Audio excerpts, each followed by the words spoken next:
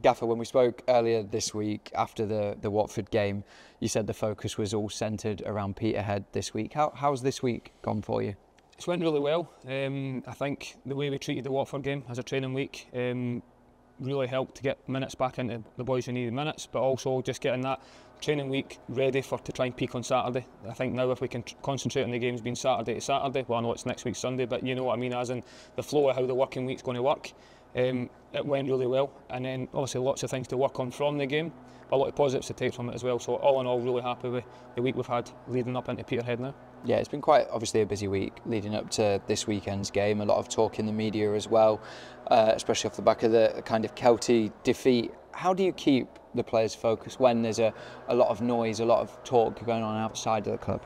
I think it's just important that you stay together and you believe in what we're trying to work on every single day, and you don't get too high when you win and too low when you lose. I think someone once said to me, that a wise person once said to me, it's never as bad when you look back on it, how it actually feels, and then it's never as good as it feels when you watch it back. So I think that's something I definitely done and reflected on from the Kelty result.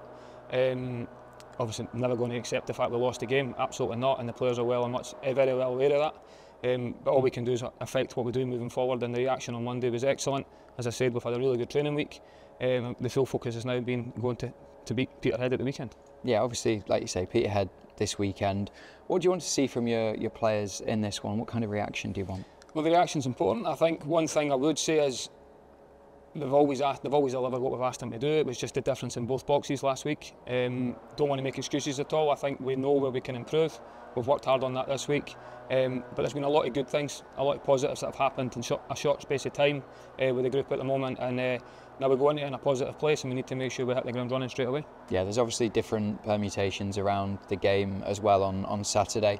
I presume though your focus is just completely on us and handling our result. It's exactly that. It's what about things we can affect it. This is now, I know it's group stages of the cup, but this is now a classic cup competition now, whereas if we need to win the game to make sure we go through, and we need to win the game as well as we can, because it is in our hands, but it's up to us to try and deliver that now, and the players are very much aware of the challenge in front of us. It'll be a difficult game, but we need to, the levels we've set so far and the standards we've set, we need to try and reach them as best we can.